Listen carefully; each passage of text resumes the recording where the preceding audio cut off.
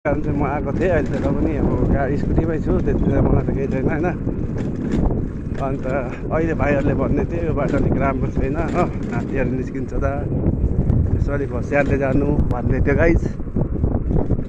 अन्त भाइ पनि अस्ति यता कोपी सुहाउँछु भन्दाखेरि त्यही कारण यसो उसकै अलिक अप्ठ्यारो भएर चाहिँ नआएको रहेछ हो। अन्त बाबाहरू गाई गोरु पनि छ कति हो।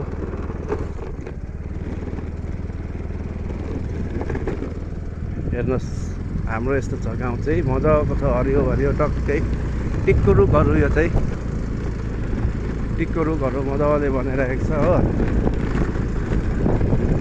अब आइपुग्न आँट्यो हाम्रो नि।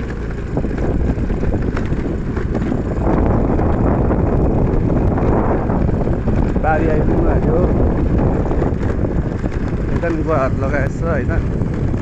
ल गाइज म चाहिँ अब गुवा रोप्नु जाँदैछु होइन, बारी सफा गर्नुलाई जाँदैछु म चाहिँ। यसो अहिले बिस्तारै म मात्रै होइन बाबाहरू जानु भएको छ, म चाहिँ खानाहरू लिएर जाँदैछु। त्यसो गएर म पनि अब सक्नु सक्दैन, खुट्टा फ्र्याक्चर छ होइन, र पनि यसो हेरेर आइडिया दिइकन चाहिँ आउनु पऱ्यो भन्ने लाग्दैछु गाइस। पानी आउला आउला जस्तो छ हो। अन्त मेरो पछाडिको क्यामेरा अलिक